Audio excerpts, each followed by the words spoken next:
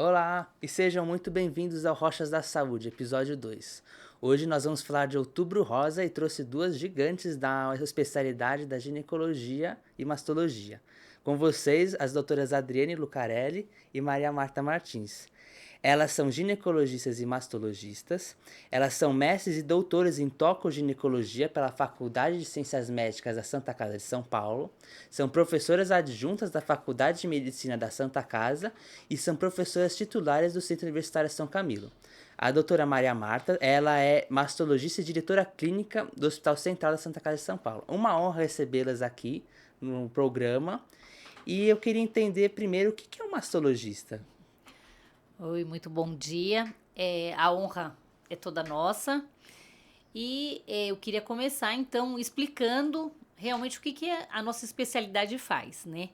O mastologista é aquele médico que cuida das alterações da mama. Então, nós cuidamos tanto das doenças benignas como das doenças malignas. Então, o mastologista, ele vai cuidar, e esse cuidar, na verdade, vai fazer a consulta clínica e vai fazer a cirurgia, tanto do maligno como do benigno. Então, às vezes, a paciente tem um nódulo benigno, por exemplo, como um fibroadenoma. Ela precisa de uma cirurgia, então ela vai se consultar com o mastologista e o mastologista vai fazer essa parte cirúrgica. Ou ela tem um câncer de mama, então o mastologista ela vai passar em consulta com esse médico e o mastologista vai operá-la. Mas não faz a parte estética, né, doutora, que a gente estava conversando. Então, como nós tínhamos conversado, hoje, a parte que está relacionada ao câncer, ela ficou, do ponto de vista estético, muito mais avançada. Então, nós fazemos o quê? Nós tratamos a paciente deixando a mama o mais bonito possível, né? O mais perfeito possível, lembrando sempre que o importante realmente é o tratamento oncológico. Então, hoje a gente faz uma cirurgia que chama oncoplástica. O que seria a oncoplástica? É você operar a paciente, você tirar o tumor e, do ponto de vista estético, deixar uma mama bem bonita. Eu até brinquei aqui com o Pedro, né, que tinha uma paciente que até uma vez falou isso, que o câncer de mama, ela tinha uma mama muito grande e nós fizemos a redução dessa mama. Então a gente faz uma mamoplastia, tira o tumor e nós fizemos essa mamoplastia, né, essa cirurgia oncoplástica, e ela falou que, nossa, aquele câncer de mama tinha sido maravilhoso na vida dela, né, porque deixou ela com uma mama bonita. Então, o objetivo é esse, é você curar a paciente e deixar ao mesmo tempo ela, do ponto de vista estético, ela satisfeita. Perfeito. E doutora Maria Marta, como que surgiu o Outubro Rosa? Por que existe um mês dedicado ao câncer de mama? Dedicado, né, ao tratamento, rastreamento, né? Eu quero agradecer o convite do Pedro, é uma honra estar aqui junto com a professora Adriene. O Outubro Rosa, ele surgiu na década de 90 com a morte de uma pessoa, a Susan Komen. Ela faleceu de câncer de mama muito jovem. A sua irmã Nancy, uma americana também, teve todo aquele sofrimento da perda da irmã e ela prometeu no leito de morte que ela ia descobrir a cura do câncer. Então, Que ela bonito. fez uma fundação, né? Foi a primeira ONG e a que mais arrecadou dinheiro no mundo até hoje. E nos Estados Unidos tinha algumas campanhas em alguns estados, e a partir da década de 90 foi instituído como o mês de outubro, é uma campanha de prevenção do câncer de mama, e teve uma corrida na época, o Lacinho Rosa, então surgiu aí, teve muita força, e hoje em dia, mundialmente, nós usamos esse mês e a cor rosa para a prevenção e disseminação da doença, e também essa ONG também ela faz muitos projetos de pesquisa e realmente ela cumpriu essa promessa que ela fez para a irmã, a Nancy, fez essa promessa para a Susan de pesquisa sobre o câncer de mama, disseminação, conscientização, e por isso nós estamos aqui no Outubro Rosa comemorando a data. Ai, que legal, eu não sabia, realmente. Eu vou aprendendo, fazendo Hum. podcast. Mas comentaram do câncer de mama, como que ele tá no mundo? Tem bastante câncer de mama, tá matando muita gente? Como que ele tá no mundo, o cenário do câncer de mama? Bom, o cenário do câncer de mama, o que a gente tem observado é um aumento da incidência, né? Às vezes eu brinco quando eu vou dar aula, uma aula de câncer de mama, eu sempre falo, esse slide eu sempre tenho que mudar. Todo ano eu tô mudando, infelizmente, para números maiores. Então, hoje a gente tem o número de casos novos no Brasil, 71 mil novos casos no Brasil e mais de 11 mil mortes pelo câncer de mama. Então, é um número que vem aumentando, não só no Brasil, como no mundo inteiro. E se a gente pensar em termos de mundo, a gente sabe que os países mais desenvolvidos são os que têm maior porcentagem de câncer de mama. O campeão é a Dinamarca, em primeiro lugar, segundo a França e terceiro lugar a Austrália. Então, são os 3 países com maior incidência de câncer de mama. Em relação aos Estados Unidos, os Estados Unidos, eles também têm aumentado a incidência. Eu falo, há alguns anos atrás, eu fui dar uma aula e estava falando, nossa, eles têm muitos casos de câncer de mama, né? Nós temos 71, eles têm 200 a gente nem tinha 71, a gente tinha um pouco menos, mas eles tinham 250 mil. E hoje, né? Hoje, em 2024, eles têm 311 mil casos. Lógico que lá a população é maior, mas assim, tem muito caso de câncer de mama. É uma doença realmente relacionada aos países industrializados, aos países, né, mais ricos, e a gente fala, né, tudo isso talvez porque tenha muita ligação com o estilo de vida que a gente está tendo, né, o que a gente está fazendo, o que a gente está comendo. Então, tudo isso tem aumentado essa incidência do câncer de mama no mundo inteiro, inclusive no Brasil. O número do câncer de mama aumentou, também a população também aumentou no mundo todo. Então, a gente tem assim, proporcionalmente, né? No Brasil, além de aumentar o número, nós temos um número grande de pacientes jovens, que é um pouquinho diferente. Então, isso realmente chama atenção e é importante essa conscientização, inclusive das mulheres mais jovens. E comentou agora da pacientes jovens, e a gente acompanha casos na mídia, né, de algumas celebridades até que descobriram, né, aquela genética do câncer de mama, né, os genes mutados. Como que eles funcionam? É muito relevante isso ou tem outras causas por trás do parecimento precoce? O câncer de mama, ele sempre tem uma mutação, né? Para você ter câncer, você tem uma mutação. Mas aquele câncer que a gente fica preocupado, olha, eu tenho na família, esse que a gente chama de hereditário, esse que é familiar e que um passa para outro, esse é mais raro, né? Mais ou menos de 5 a 10%. E então 90% das pessoas terão câncer de mama mesmo que não tenha nenhum familiar comprometido. Por isso que a campanha de rastreamento é para todas, né? Mas se você tiver uma família com muitos cânceres, não só de mama, mas outros também, está indicado você pesquisar, porque você pode tomar algumas condutas que vão reduzir o seu risco. Uhum. É bem famoso o caso da Angelina Jolie, que ela tem a mutação do BRCA, e aí ela retirou as mamas, depois retirou trompas e ovários, né? Ela tem essa mutação. Temos outras, no Brasil nós temos muita mutação do P53, que essa mutação é bem relevante, tem outras particularidades, e essa parte de mutação, de estudo genético é muito nova. E a gente tem um banco de tumores e cada vez está avançando bastante nisso. Mas tem que lembrar, em termos de população geral, que muitas vezes a pessoa não tem ninguém na família e tem que se cuidar do mesmo jeito. Ah, que interessante. E além da genética, que outros fatores que podem levar ao surgimento do câncer, né? Então, como a doutora Maria Marta tinha falado, a genética é um fator, é importante, mas ela falou, né, de 5 a 10%. É exceção, é raro. 90% são os esporádicos. Então, eles estão relacionados ao quê? O que está acontecendo, né, para que apareça tanto câncer? Todo mundo fala, nossa, apareceu tanto câncer, né, tantos casos de câncer. Então, eles são os cânceres que são esporádicos, que estão relacionados a vários fatores. Entre eles, a gente tem aqueles fatores que são modificáveis e os não modificáveis. Então, o que não é modificável?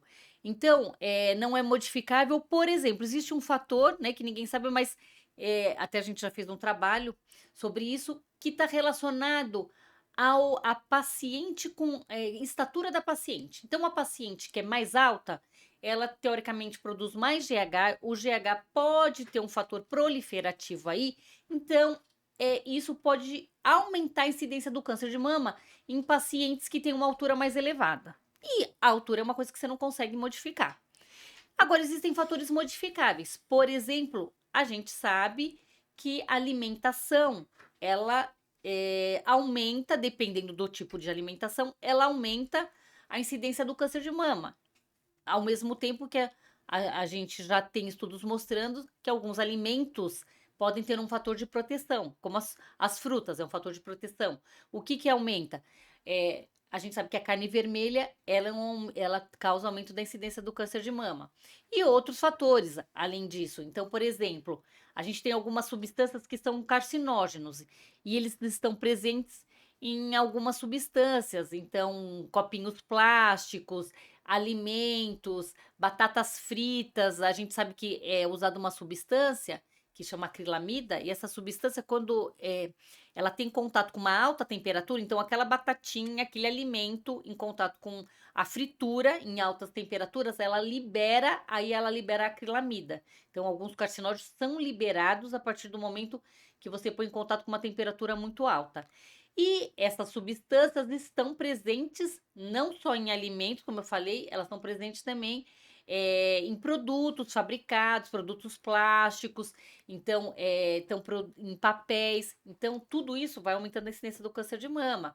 A gente sabe que está relacionado até fatores, né, de radiação, poluição. Os Né? Então, desodorantes também, né? Ou não, doutor? então, o desodorante é aquilo, né? É verdade ou mentira, né? Então, assim, o desodorante, o que que tem? A gente tem desodorante, tem antiperspirante. O desodorante, ele, alguns, né, tem uma substância que é o alumínio. E o alumínio, não que ele aumente a incidência do câncer de mama, mas ele é um produto que pode ser um produto realmente que cause uma alergia, né? E pode dar uma irritação, mas não do aumento da incidência do câncer de mama. Então, esse negócio de passar desodorante e aumentar a incidência do câncer de mama, não é verdade. Isso aí é um mito, né, que a gente fala. Então, o desodorante acaba sendo um mito. Mas é uma coisa que é uma questão sempre que a paciente pergunta, né? Desodorante, É leva o câncer. importante mesmo de É, conversar sobre isso, né? o desodorante. Por exemplo, a gente teve uma pergunta aí quando nós fizemos um outubro rosa também recentemente, sutiã apertado. Então, a gente sabe que hoje o sutiã apertado, principalmente aqueles com arinhos de ferro, ele pode causar muita mastalgia, mas ele não aumenta a incidência do câncer de mama. E doutora Maria Marta, a Uhum, gente tá comentando dessas causas, né? uhum. E terapia de reposição hormonal com câncer de mama, que muito se discute, né? Tomar hormônio pós-menopausa. O estrogênio, principalmente, ele tem uma ligação com o câncer de mama, né? Você tem até hormônios, a gente tem uma classificação até do câncer em relação à parte hormonal, e a gente tem anti-hormônios para estar utilizando tanto para tratamento quanto para prevenção do câncer de mama. A terapia de reposição hormonal, ela depende muito do tipo de hormônio, ela depende muito do tempo de uso desse hormônio, mas ela tem que ser usada com Critérios, né? com critérios, com exames prévios. A gente deve utilizar, que tem muitos benefícios, mas tem o tempo de utilização que é mais segura. Então, assim, em geral, 5 anos, em geral, naquela paciente que está iniciando o climatério, naquela paciente que está com fogachos. Tem que ser individualizado a conduta e tem que ser acompanhada essa paciente.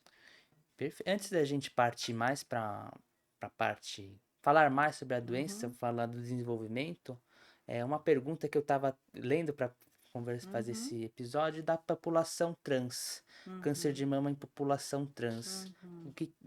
Se a incidência é maior por conta da hormonização, se é menor, o que tem alguma novidade quanto a isso?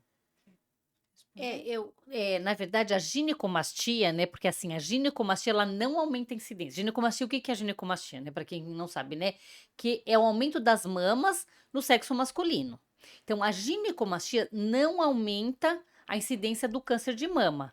Tanto é que a gente encontra em homens casos de ginecomastia, né? Então, às vezes, um paciente que é mais obeso, ou um paciente mais idoso, ou mesmo aquela ginecomastia transitória, né? Que acontece para aquela paciente, para aquele paciente que tá, aquele adolescente que às vezes ele não deu ainda o estirão e ele tá com uma mama um pouco mais proeminente. Então, a ginecomastia em si não aumenta a incidência do câncer de mama.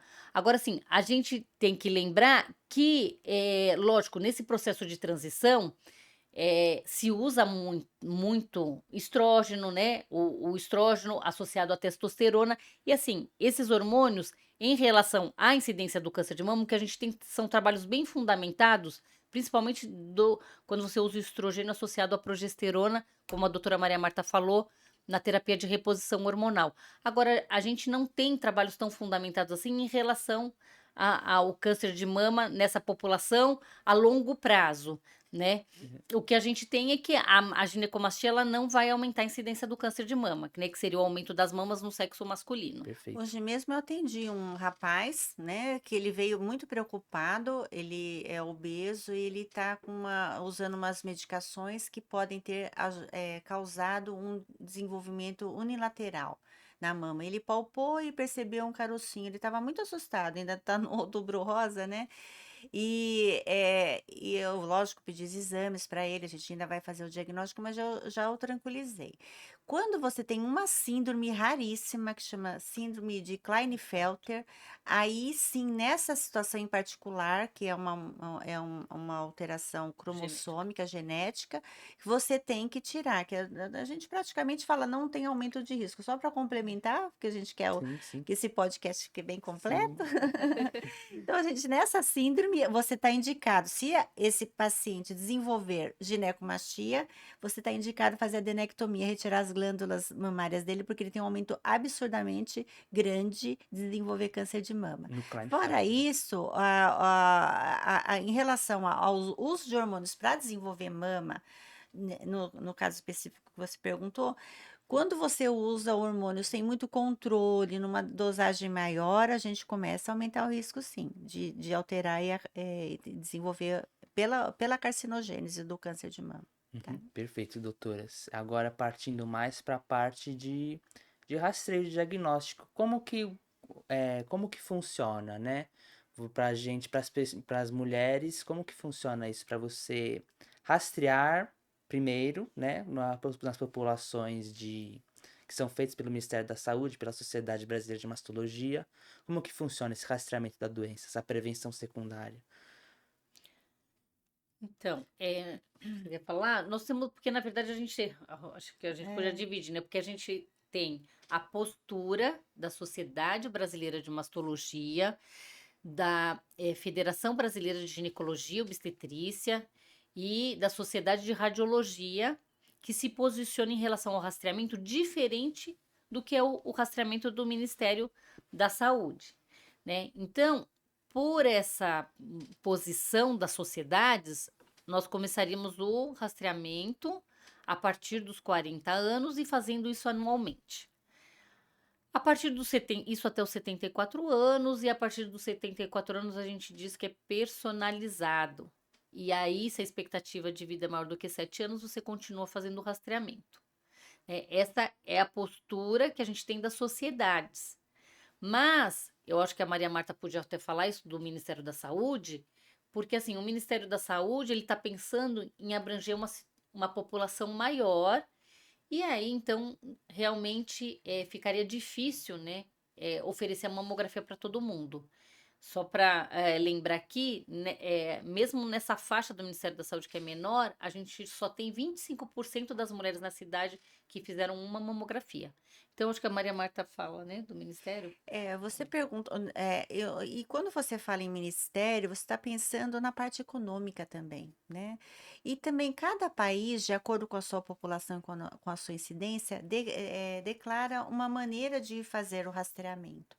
E o rastreamento, ele não é feito no Brasil, não só porque as pacientes não têm, às vezes, a possibilidade de ter um mamógrafo, de ter esse acesso, mas como o rastreamento ele deve ser, por exemplo, anual, ela teria que ser convocada para ir lá em um ano fazer o exame. Isso não acontece. E o número de mamografias, mais ou menos, na população que deveria estar fazendo é isso, 25, 30%, é muito baixo. Por isso, a importância dessas campanhas que nós estamos fazendo. E o uso do exame de imagem não é só prevenção secundária. A gente fala muito em prevenção secundária, porque você já está diagnosticando a doença. Mas se você diagnosticar a doença antes de ser um câncer, porque às vezes você diagnostica uma hiperplasia atípica, uma doença que iria virar câncer.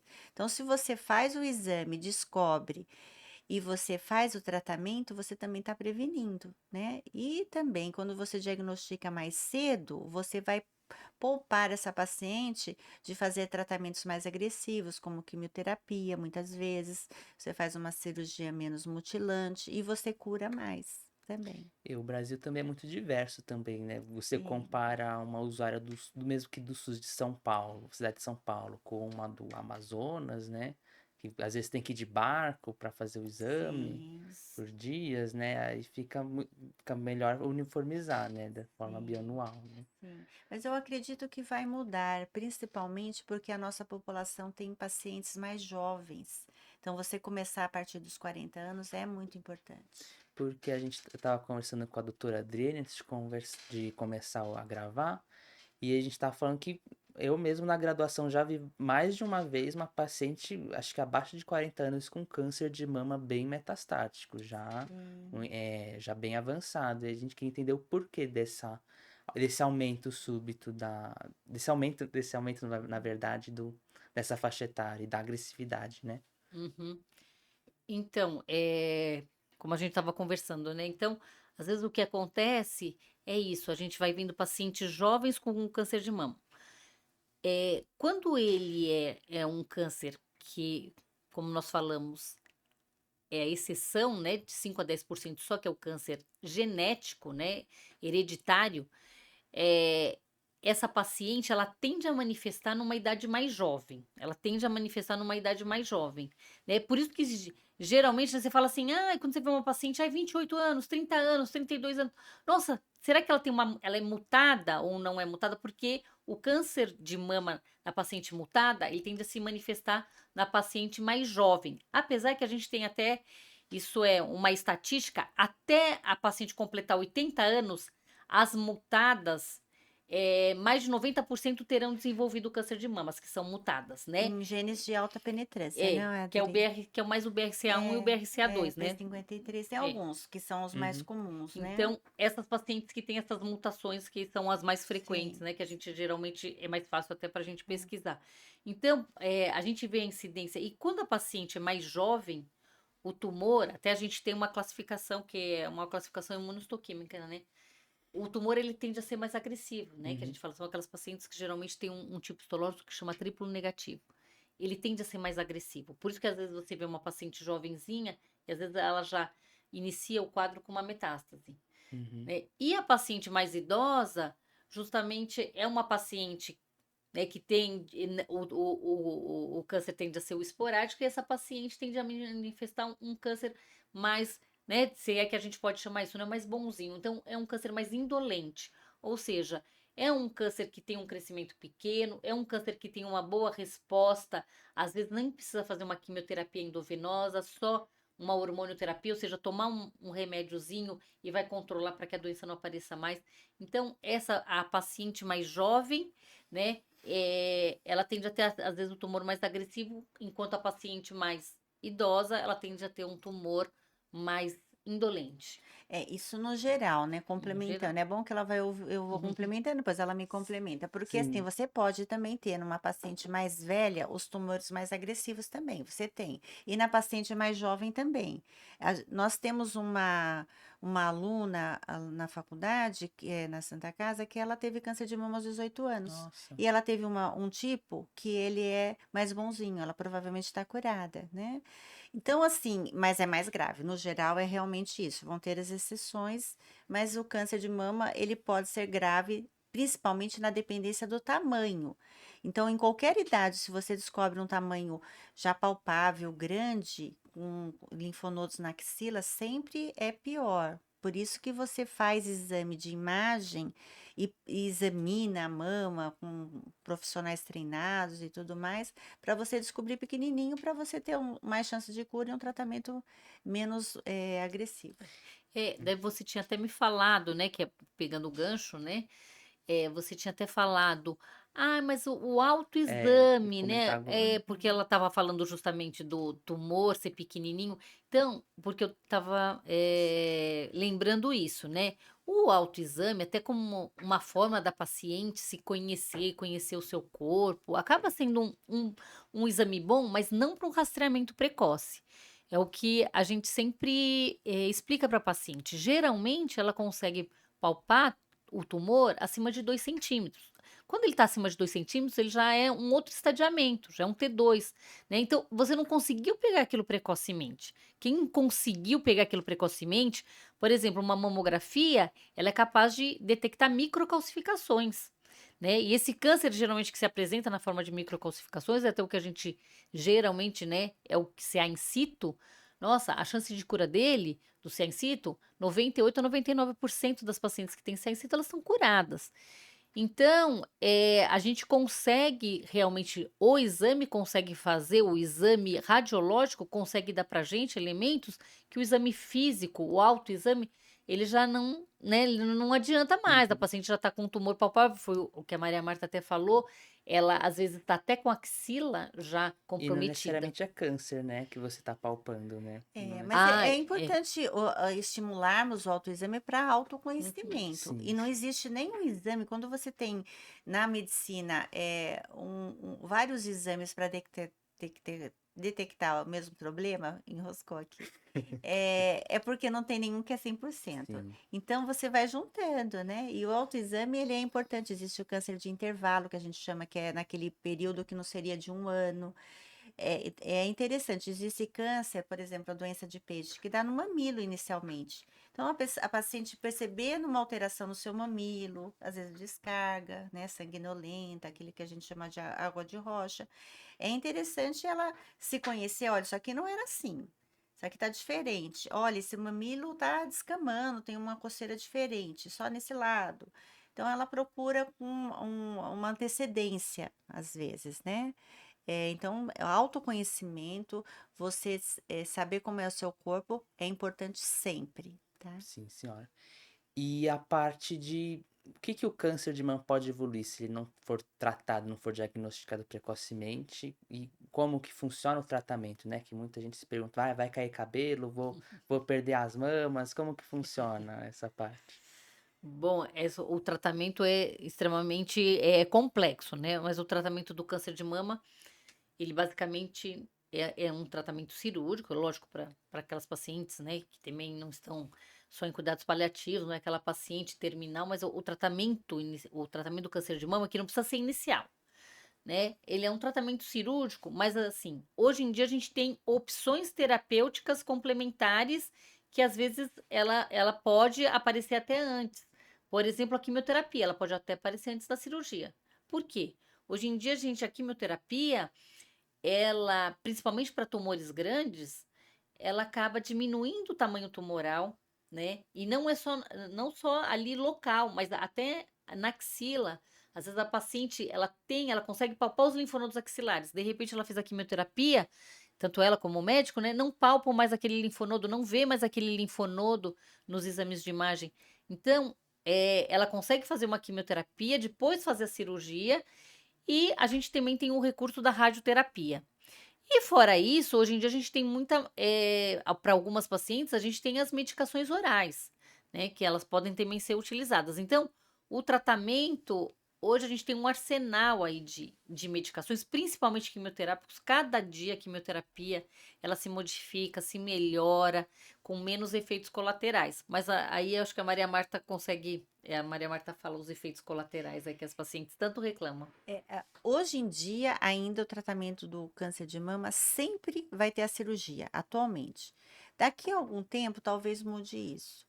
Nós temos, por exemplo, um trabalho aqui, até no Brasil, tem dois grandes centros, a Escola Paulista e o Einstein, fazendo um trabalho sobre crioablação. Você vai lá e congela aquela areazinha e você não precisa operar, guiado por uma sondinha e pelo ultrassom. ainda é protocolo de estudo, mas já está muito interessante e é uma boa perspectiva. Existem outros métodos também. A gente tem para até doenças benignas ou doenças que antigamente a gente operava, você pode aspirar no própria biópsia de agulha, na mamotomia, você pode aspirar e não submeter a paciente à cirurgia, em alguns casos de papiloma, por exemplo. É. Então está mudando. Então, mas normalmente, habitualmente, quando você tem uma doença, você vai operar, tá? A radioterapia, nós fazemos toda vez que você não vai tirar a mama toda. E em alguns casos também de tumores um pouquinho mais avançados, você faz a radioterapia. Você só não faz radioterapia se a paciente estiver gestante ou tiver lúpus, algumas doenças, algumas exceções. Ou seja, ela já fez. A hormonioterapia você faz quando a paciente tem receptor de hormônio positivo, tá? Faz Uhum. por 5 anos, 7 anos, 10 anos, tá? E você tem a quimioterapia, que é aquela droga temida, porque as medicações que a gente usa para mama, a maioria delas cai cabelo. Depois cresce, mas é muito ruim para a mulher. E nós temos as terapias-alvos, a gente tem ou também as terapias imunológicas, tipo assim, você vê o tumor e você faz uma vacininha aí contra o tumor. Tem Uhum. muita. Essa área que está avançando muito e nós temos uma perspectiva bem interessante disso, mas ainda o tratamento, ele tem dia para começar, na maioria das vezes ele tem dia para terminar, mas ainda ele é ruim. Ele é ruim, ele é sofrido, e a paciente precisa de muito apoio. Mas comparando quando vocês iniciaram lá atrás, a jornada da Ah, mastologia com sim, hoje, porque sim. eu vi que realmente evoluiu bastante, né, Sim. Eu as comecei em opções. 94 fazer mastologia, quando eu fiz a residência, comecei a residência de mastologia. E a gente só fazia mastectomia, tinha 2, 3 drogas de uso, né? Então mudou bastante. Sim, acho que mudou muito, não só a parte do tratamento cirúrgico, até assim, essa parte, né, do acolhimento da paciente também, que hoje a gente trabalha com uma equipe multidisciplinar, né? Essa paciente geralmente ela já é acolhida, né? Que é uma coisa que não acontecia.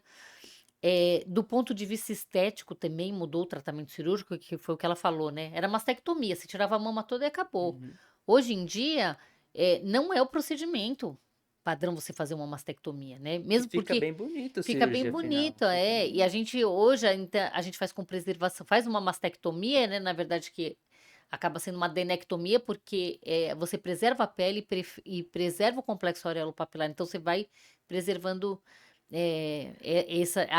vai preservando aquela parte, né, da mama que é visível, né? E aí você tira o câncer lá de dentro. Mas assim, Quando você faz também, você faz às é, vezes complementando mastectomia e tira a pele, mas você faz os retalhos, você põe, Mas mais avançado, essas sim, técnicas sim, mais sim. você grosseiras, né? faz a reconstrução, na Construção. maioria das vezes, de Sim, uma com forma reconstrução. imediata, né? Com Sim. implantes, expansores, retalhos É. também. E aquela paciente que faz, hoje, aquela paciente que faz a quimioterapia, que é o grande temor, a queda de cabelo, Sim. hoje tem isso não para paciente do SUS, mas para paciente que tem acesso a um tratamento, né, privado, essa paciente ela pode usar. Hoje a gente tem umas toucas, né? A maioria das minhas pacientes que não fizeram o tratamento com as toucas, e eu vou falar, foi a grande maioria não gosta de usar essa touca, ela faz um barulho. E esse barulho acaba irritando um pouco, então, e deixa muito gelado. Mas eu já tive paciente que aguentou ficar no gelo e ia com cobertor, muito aquecida, porque fica muito gelado, e ela preservou. Ela Ai, que preservou o legal. Touca cabelo. gelada, é muito É, boa. essa touca gelada, ela preservou o cabelo dela, ficou intacto, intacto, intacto. Depende da vaidade. Ficou muito bom mesmo. Então, assim, até para isso a gente tem então recursos. Então, a paciente hoje ela está muito amparada até do ponto de vista, eu falei do ponto de vista estético, né? Então, a paciente pode fazer a touca, e para as pacientes às vezes que têm perda de sobrancelha, cílios, elas conseguem fazer estética. A paciente lá está fazendo a tatuagem. Então, hoje tem muito recurso para a paciente ficar bonita. Ainda Então, bem, né? não é mais aquela coisa, a paciente está doente, está com uma doença, ela consegue ficar bonita. E em termos de mortalidade, né? Ainda morre-se como era antigamente? Câncer de mama? Ou já melhorou um pouco? A gente tem, com essas drogas novas, os tratamentos novos, nós temos conseguido muita cura, né? A chance de cura é muito grande. Só que, infelizmente, até devido às pacientes não terem acesso ou não procurarem fazer os exames de rastreamento, os estadiamentos vêm mais avançados. Na época do Covid para cá, muito comum isto. Como a cura está ligado ao tamanho do tumor, ao comprometimento axilar, à metástase, então a gente cura menos. Mas mesmo as pacientes metastáticas, você tem tratamento para fazer. Você não vai conseguir curar, você vai ter um tratamento de Paliativo. manutenção, paliativo, né? Que realmente os cuidados paliativos avançaram demais. Então, a gente sempre vai oferecer um tratamento para essa paciente, uma acolhida para essa paciente. Não é sentença de morte, não Não é é para jogar se toalha. desesperar, não é. Sim. É o que eu sempre falo, né? Eu falo para as minhas pacientes assim: pode ficar tranquila que você vai ter o melhor tratamento. Então, hoje, aqui no Brasil, a gente tem drogas muito eficazes. Nós temos uma taxa de cura também bem alta, né? Eu falo, nossa taxa de cura é maior do que 80%, eh, principalmente nos grandes centros, né?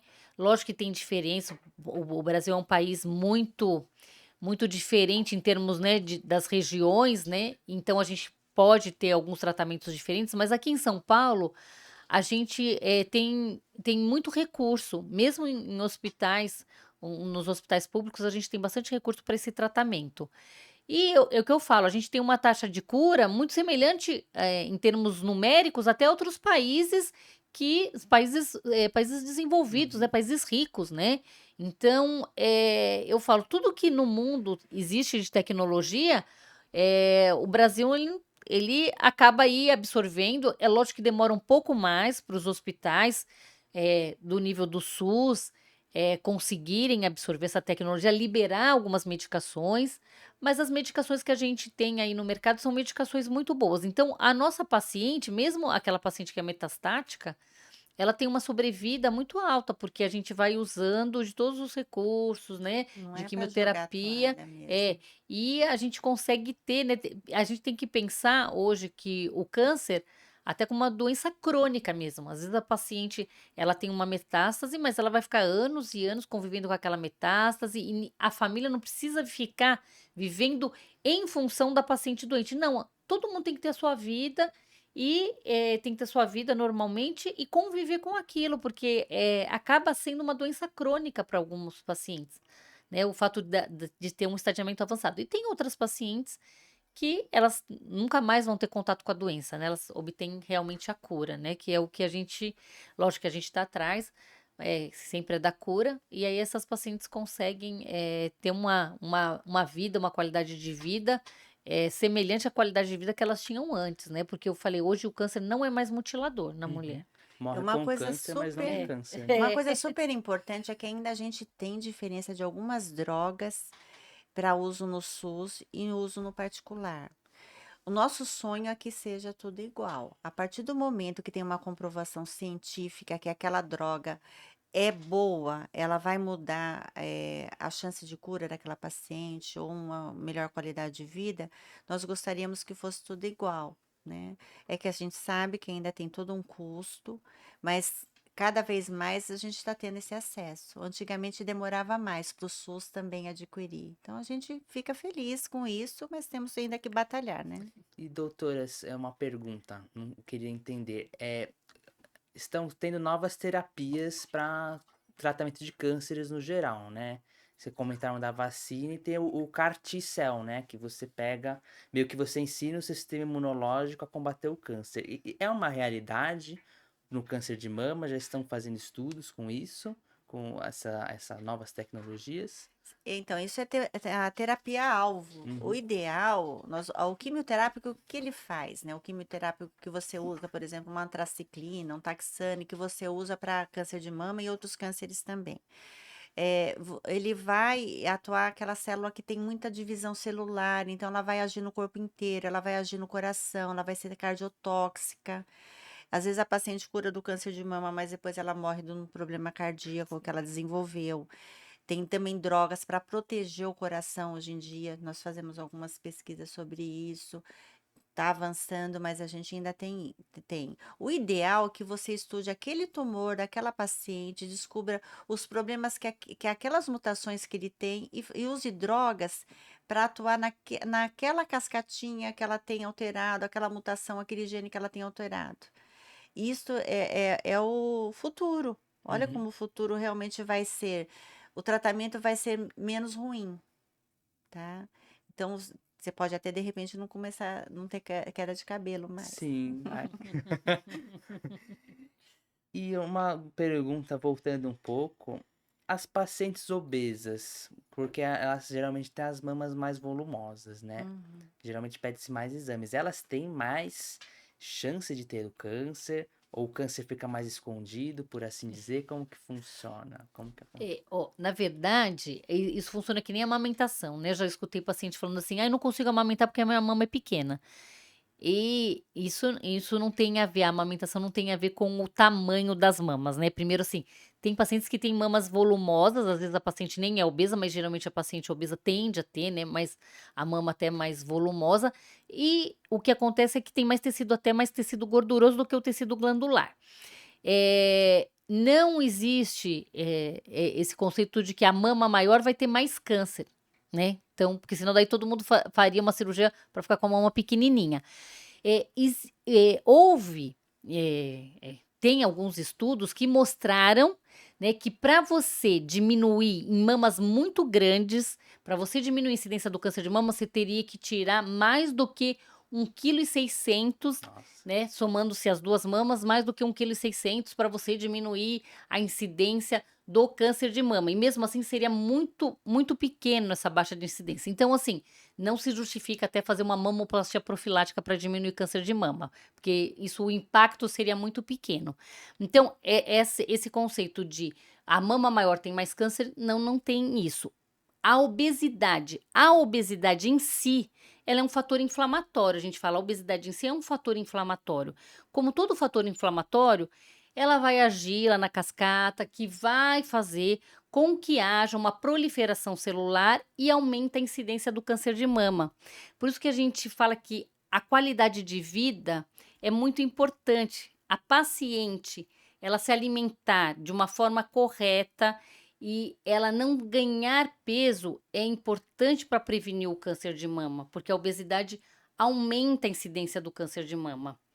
E essa obesidade, ela é pior na mulher na pós-menopausa. Ela está mais relacionado a aumentar a incidência na pós-menopausa, né? Então, mesmo aquela paciente, se a paciente foi gordinha antes da menopausa, tem um impacto menor na aumentar na incidência do câncer de mama. Porque se ela foi gordinha depois da menopausa, que justamente é a fase que a mulher tende a engordar após a menopausa, né? Então, assim, qualidade de vida, fazer muita atividade física, de comer pouco, né? A gente fala que tem que comer pouco e se exercitar mais, que isso, na verdade, é tanto para o câncer de mama como uma medida anti-envelhecimento, né? Que a gente fala Sim. que isso está muito relacionado hoje em dia, eles falam, né? Se alimentar pouco e manter muita atividade física, caminhar e manter-se também, do ponto de vista psicológico, também sempre uma cabeça, né? Uma cabeça Saudável. boa, não ficar muito estressada, porque até o estresse, sabe que tem trabalho mostrando, né? Que o estresse, aquele estresse do dia a dia, você libera algumas substâncias, né? Então, cortisol, algumas catecolaminas. Então, o estresse, então a gente pensa que não, né? Mas às vezes passou o estresse no serviço, ai, passou estresse na faculdade, passou o estresse fazendo no trânsito, né? As pessoas no trânsito em São Paulo têm esse trânsito. Esse estresse está liberando umas substâncias que, ao longo do tempo, essas substâncias que vão sendo liberadas, elas vão aumentando a incidência do câncer de mama. Uhum. E ao contrário, quando você faz atividade física, você diminui a expressão dessas substâncias. Então, quando você faz atividade física é fator protetor? É fator protetor para o câncer de mama. Porque você diminui essas substâncias que aumentam quando você tem estresse. Então, assim, a gente não pode ficar muito estressada, nem no trânsito, e ir para academia, que vale mais a pena para diminuir a incidência do câncer de Com mama. certeza. Só complementando a mama grande, teoricamente, você tem alguns benefícios de você diminuir a mama grande. Por exemplo, quando você faz a cirurgia, a gente gosta de tirar bastante parênquima mamário quando ela teve câncer, porque você otimiza a radioterapia. Então, nesse sentido, a mama menor vale a pena, né?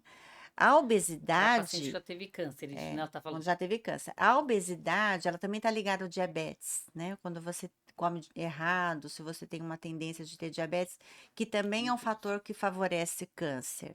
Então, assim, não é a mama grande por si só, são esses outros fatores que estão coadjuvantes que vão estar ligados ao aumento de câncer de mama.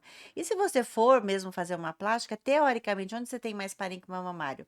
No quadrante superior lateral e no quadrante central. Então, se você tirasse mais aqui, na teoria, poderia ser, né, que você diminuiria a incidência, mas não tem comprovação disso. Aproveitando o gancho, a cirurgia plástica, você ter feito uma cirurgia plástica, colocar silicone, o que seja, ela aumenta em si na cicatriz alguma coisa? Não, a prótese, o implante de mama, ele tem um pequeno aumento do risco de linfoma. Existe o linfoma de células anaplásicas, que ele é muito raro. Como tem muita prótese no mundo, você começou a perceber essa ligação e a gente tem um número razoável por ter muitas mulheres que usam prótese nos últimos anos, né? Então, mas é um câncer raro e muito curável, Uhum. tá? Que você pode diagnosticar e fazer a cirurgia e a paciente tem muita cura. O implante, então, não tem aumento de câncer, nem as plásticas, nada disso, tá? Mas pode dificultar o exame, porque você coloca a prótese, a prótese pode estar no campo de radiação onde você iria fazer a avaliação. Mas aí existem algumas manobras que você pode fazer, que você tira a prótese daquele campo de radiação. Tem uma manobra que você traz a mama, puxa a prótese para trás, né? Tem até um nome, Klund.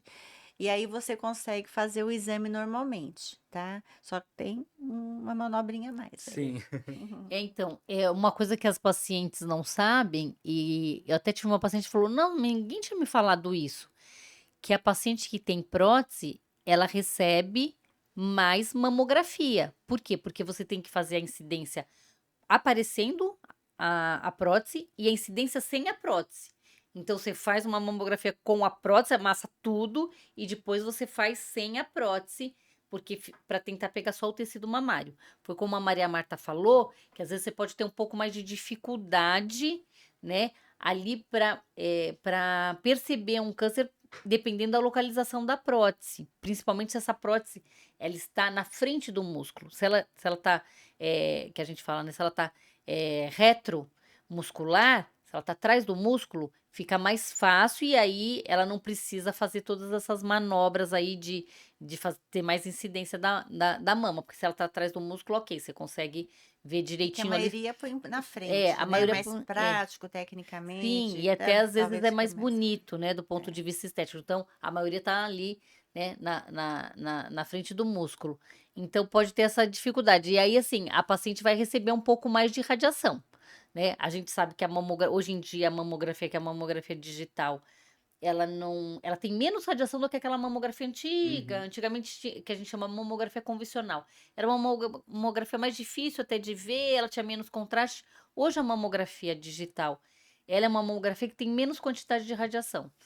E essa paciente com a prótese vai receber um pouquinho mais de radiação. Lógico, né, que é raro, mas existem casos descritos de paciente, mas é raro. Então, assim, não vamos desestimular fazer mamografia. É muito raro. Geralmente, esses trabalhos era quando a gente tinha essa mamografia convencional, que a mamografia pode ter sido um fator propulsor aí para ela desenvolver o câncer de mama. Mas é raro e isso é na época ainda que se usava a mamografia convencional. Perfeito, doutores. Encaminhando aqui para a penúltima pergunta. Homens podem ter câncer de mama? Sim, é raro, né? Mais ou menos 1%, mas nós temos um grande número de pacientes, até assim no hospital, a gente já operou muito, não só carcinoma, como sarcoma.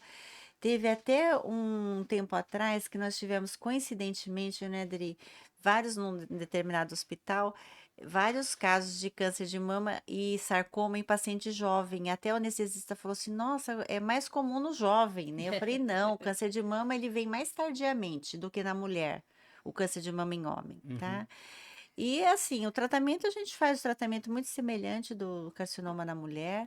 O problema é que, como ele não faz rastreamento, normalmente ele descobre o tumor mais, Uhum. com estadiamento um pouquinho mais avançado, Uhum. já com nódulos palpáveis, tem pouca mama, então já está rolado o músculo, a pele.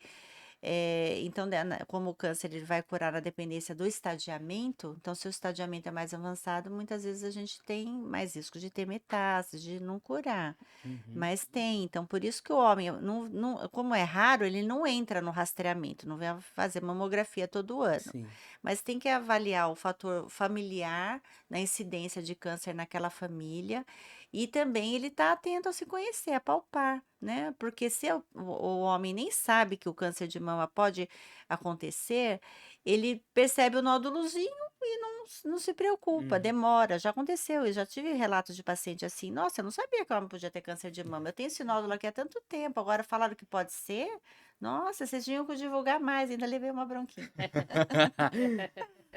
Não, é verdade. Assim, a incidência, como ela falou, é muito rara. Cada 80 mulheres que têm câncer de mama, um homem vai ter câncer de mama. Então, é muito rara essa relação, né? É muito pequeno. Por isso que o homem não faz o rastreamento. Mas, até só completando o que a Maria Marta falou, é quando você tem um parente de primeiro grau do sexo masculino com câncer de mama, você tem que ficar muito atenta, porque isso eleva o seu risco para desenvolver o câncer de mama. Então, se você tem um irmão, um pai Mas não entra no com, rastreamento. com câncer de mama, então, se Um você tem câncer de mama na família, um homem de um que teve. homem, de homem, né? Falou É, câncer de mama no sexo masculino. sim, sim. Aí você tem até aumento do risco de BRCA2, que é Uhum. essa mutação daquele gene que a gente estava Uhum. comentando, né? E já aumenta o risco. Então, aquilo, quando você está falando de família, então, um caso de câncer de mama no No homem, homem, um caso de câncer de ovário, né? E em também qualquer os idade. parentes de primeiro grau, né? Irmã, mãe, Mãe. filho, aí aumenta também o risco. É que, pelo que eu tava lendo, o BRCA1 e 2 tem relação também com câncer de próstata no homem, né? Isso, e ovário, E ovário. ovário, Ovário e hoje estão havendo uma relação com o câncer de pâncreas. pâncreas também. Pâncreas. Pâncreas. É. Então agora ficou mama, ovário e pâncreas. Uhum. E aí você vai fazer uma conduta especializada se você tivesse essa mutação, É. né? Como outros também. A gente tem outros genes também. A gente fala muito desses. A gente BRCA1, divide os 1 e genes 2. em alta, baixa e média penetrância. Uhum. Dependendo do gene que você tem a mutação, aí você vai saber quais os cânceres que você tem mais risco de acometer. A gente tem algumas síndromes, inclusive.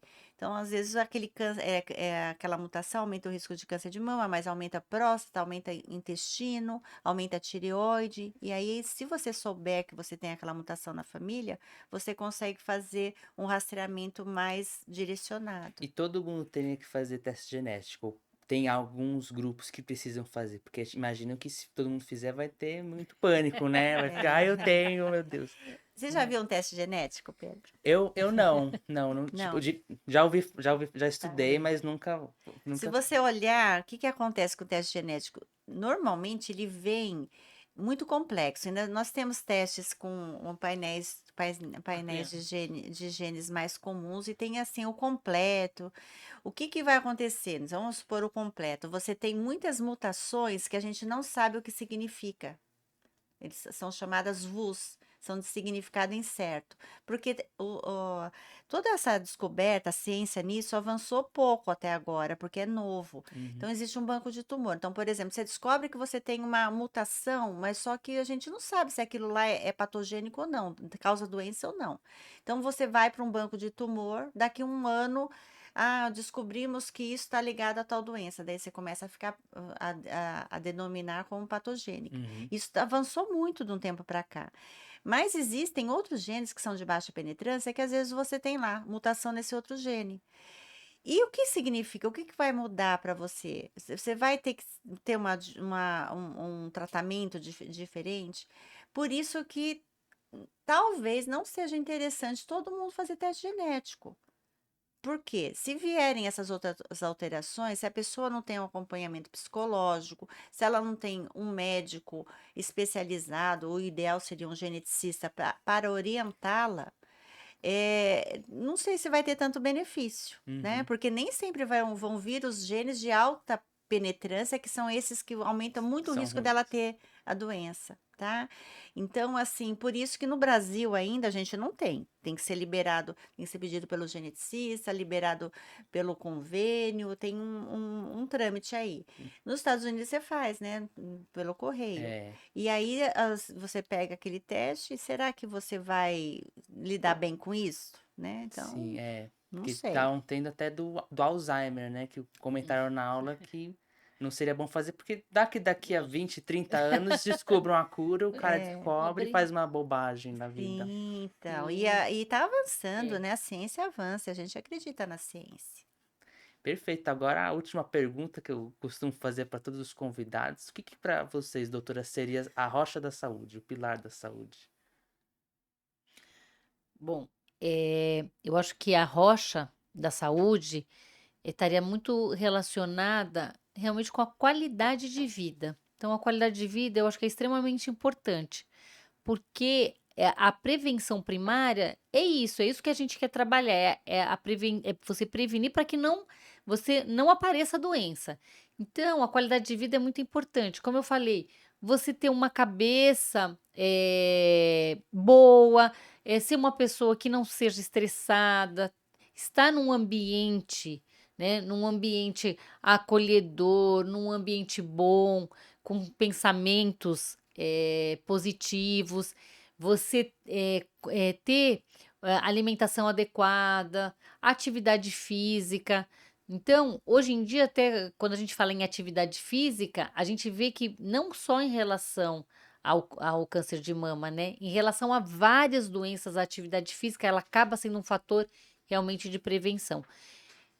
E eu acho que levar tudo isso, né, como base para uma vida aí feliz.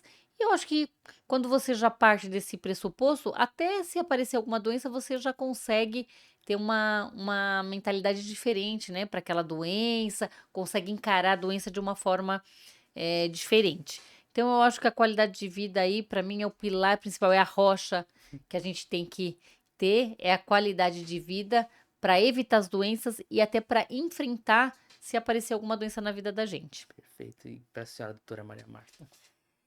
A rocha da saúde, É, né? A rocha da saúde é, além da qualidade de vida, exercício, alimentação adequada, você aprender a lidar.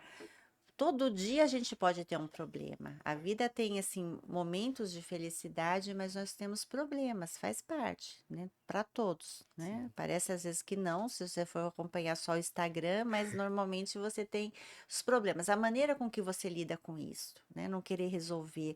A paciência é uma virtude a ser treinada, porque muita coisa você resolve com a paciência. Então, é o bem-estar mental seu, né? E, na minha opinião, a espiritualidade. Você acreditar em Deus e você dividir toda essa parte, não querer resolver tudo na sua vida com ele, né? E você ter amigos, eu falo para minhas pacientes, olha, 5 gargalhadinhas por dia, né? Você vê o lado bom da coisa. Fazer os exames também, tá? De Sim. rastreamento também, né? Se informar. Por isso que esse tipo de atividade quero Não, parabenizá-lo, obrigado. né? Como um futuro médico, Obrigado. se importando de passar informação Isso. de qualidade para as Sim. pessoas, não é? Isso é muito importante, porque você conhecendo a doença, você sabe como prevenir, como ficar atento. E É tem meio isso. acessível, né, para as pessoas conseguirem acessar, né? Sim, Sim, sim. sim, uma forma ótima das pessoas terem acesso, terem informação. É isso mesmo que a Maria Marta Sim. falou. E uma informação de qualidade. Sim, porque o problema hoje em dia não é a falta de informação, é o excesso dela, né? É Sim, de muito, qualidade, isso, né? é Então, eu muito. quero parabenizá-lo. Estou vendo aqui um futuro médico Ah, brilhante. muito obrigado, doutoras. Vamos encerrando por aqui. Isso foi mais um Rochas da Saúde. Muito obrigado pela atenção de vocês. Até a próxima.